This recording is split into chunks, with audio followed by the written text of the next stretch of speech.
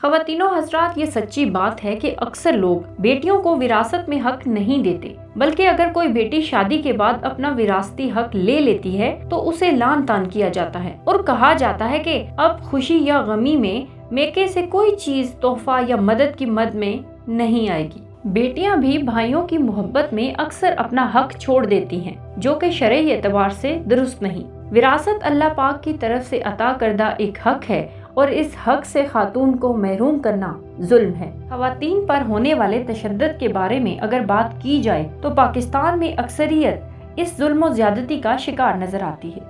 ला इलाहा इल्लल्लाह के नाम पर बनने वाले इस्लामी जमहूरिया पाकिस्तान को जहां नाम निहाद मौलवियों ने नुकसान पहुंचाया है, वहीं हकूकुल इबाद की खुली खिलाफ वर्जी करते सिर्फ नाम के मुसलमानों ने भी कोई कसर बाकी नहीं छोड़ी। हाल ही में एक वीडियो वायरल हुई है जिसमें दिखाया गया है कि KPK में एक जिरगे में अपनी विरासत का हक मांगने पर दो भाइयों ने अपनी ही सगी बहन को थप्पड़ों, घूंसों और लातों और हथौड़ियों के वार करके बदतरीन तशद्दुद का निशाना बनाया, जो कि इंतहाई काबिले मुजम्मत हरकत है। इसी मौजू पर इंसार अब्बासी साहब ने जबरदस्त कॉलम लिखा है। मैंने बड़े अच्छे अच्छे लोग देखे हैं, नमाज पढ़ते हैं, रोजा रखते हैं, हज करते हैं, ज़कात भी देते हैं और अमूमी तौर पर अच्छे मुसलमान जाने जाते हैं, लेकिन वो बहनों बेटियों समेत दूसरी खवातीन के विरासत में उनके हक अदा नहीं करते, जिसका इस्लाम सख्ती से हुक्म देता है। कई तो ऐसे हैं जो अपनी जिंदगी में ही अपनी जायदाद और मालो दौलत सिर्फ अपने बेटों के नाम मुंतकिल कर जाते हैं, इस डर से कि कहीं ऐसा ना हो कि उनके मरने के बाद उनका माल और दौलत बेटियों के जरिए किसी दूसरे के पास न चला जाए।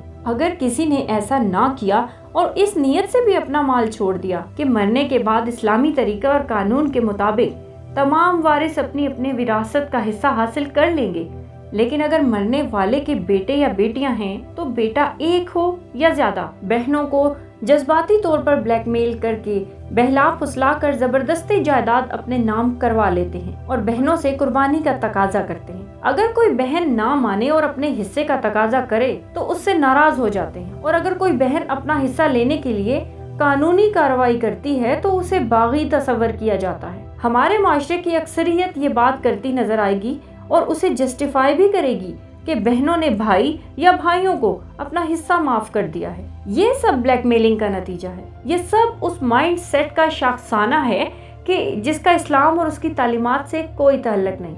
कोई पूछे कितने भाई अपनी बहनों को हिस्सा माफ करके विरासत से दस्तबरदार हो जाते हैं, नमाजें पढ़ते रहे, रोजे रखते रहे, हज और ज़कात के फराइज भी पूरे करते रहे, ये भी कहते सुनते रहे कि यौम आखिरत में अपने एमाल का सख्त हिसाब देना होगा। जानते बूझते भी माल और औलाद कैसे फितना बन जाते हैं। हम अमूमी तौर पर वही करते हैं जो इस्लाम के हुक्म के बरअक्स होता है। बेटियों और बहनों को ऐसे मत दें कि जैसे उन पर कोई एहसान किया जा रहा है। उनका विरासत में अपने तनासिब के लिहाज से उसी तरह हक है जिस तरह बेटे अपने बाप के माल पर हक जताते हैं। यहाँ ये बात भी देखी गई है कि बहनों और बेटियों के शोहर और ससुराल वालों की भी ऐसे माल पर नजर होती है और वो चाहते हैं कि उनकी बीवी बहू को विरासत में हिस्सा मिले। ताहम यही शोहर और यही ससुराल वाले अपनी बहनों बेटियों को तरसाते हैं और ब्लैकमेल करते हैं और अपने हक से दस्तबरदारी के लिए हर हरबा इस्तेमाल करते हैं जिसका उनकी बीवी और बहू को सामना होता है। ये पैसा बेटी और बीवी का है। इस पैसे पर शोहर या ससुराल वालों की नजर नहीं होनी चाहिए।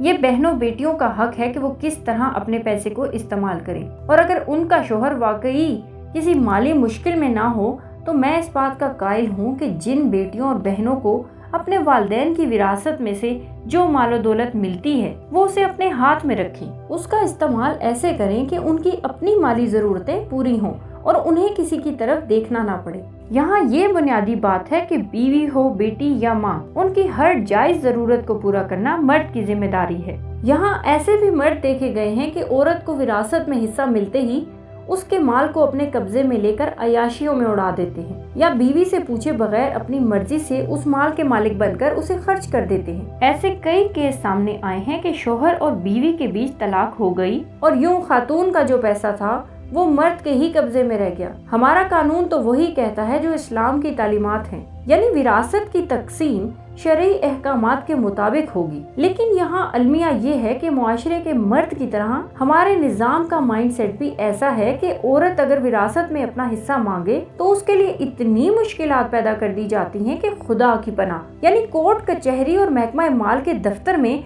उसे इतना ख्वार कर दो कि कोई औरत विरासत में अपना हिस्सा लेने का सोचना भी छोड़ दे। पंजाब हुकूमत ने कानून भी बनाया, जिले लेवल पर कमेटियां भी बनाई और ये भी वाजे किया कि औरत को विरासत का हक और उसके हक के मुताबिक तकसीम को यकीनी बनाया जाए, और अगर महकमा माल का अफसर 2 माह के अंदर ऐसा नहीं करेगा तो उसके खिलाफ कार्रवाई होगी। लेकिन अमलन ऐसा कुछ नहीं हो रहा, जिसका तमाम तर नुकसान औरत को हो रहा है। उसे विरासत में उस हक से महरूम किया जा रहा है जिसका हुक्म इस्लाम देता है। इस बारे में मीडिया खामोश है, हुकूमतें और रियासत बेसुध है। हकूक़े निस्वां वालों को इससे मिलना कुछ नहीं है, इसलिए NGOs की भी इस तरफ कोई तवज्जो नहीं। इन हालात में वो लोग मुबारकबाद के मुस्तहिक हैं जो बहनों बेटियों को इस्लामी तालीमात के मुताबिक विरासत में उनका हिस्सा देते हैं और अपने बेटों और बेटियों को अपनी जिंदगी में तालीम देते हैं और उनकी जहन साजी करते हैं कि उनके मरने के बाद उनके माल में सबका हक वैसा ही है जिसका फैसला इस्लाम ने कर दिया है, और इस पर किसी पर कोई एहसान नहीं।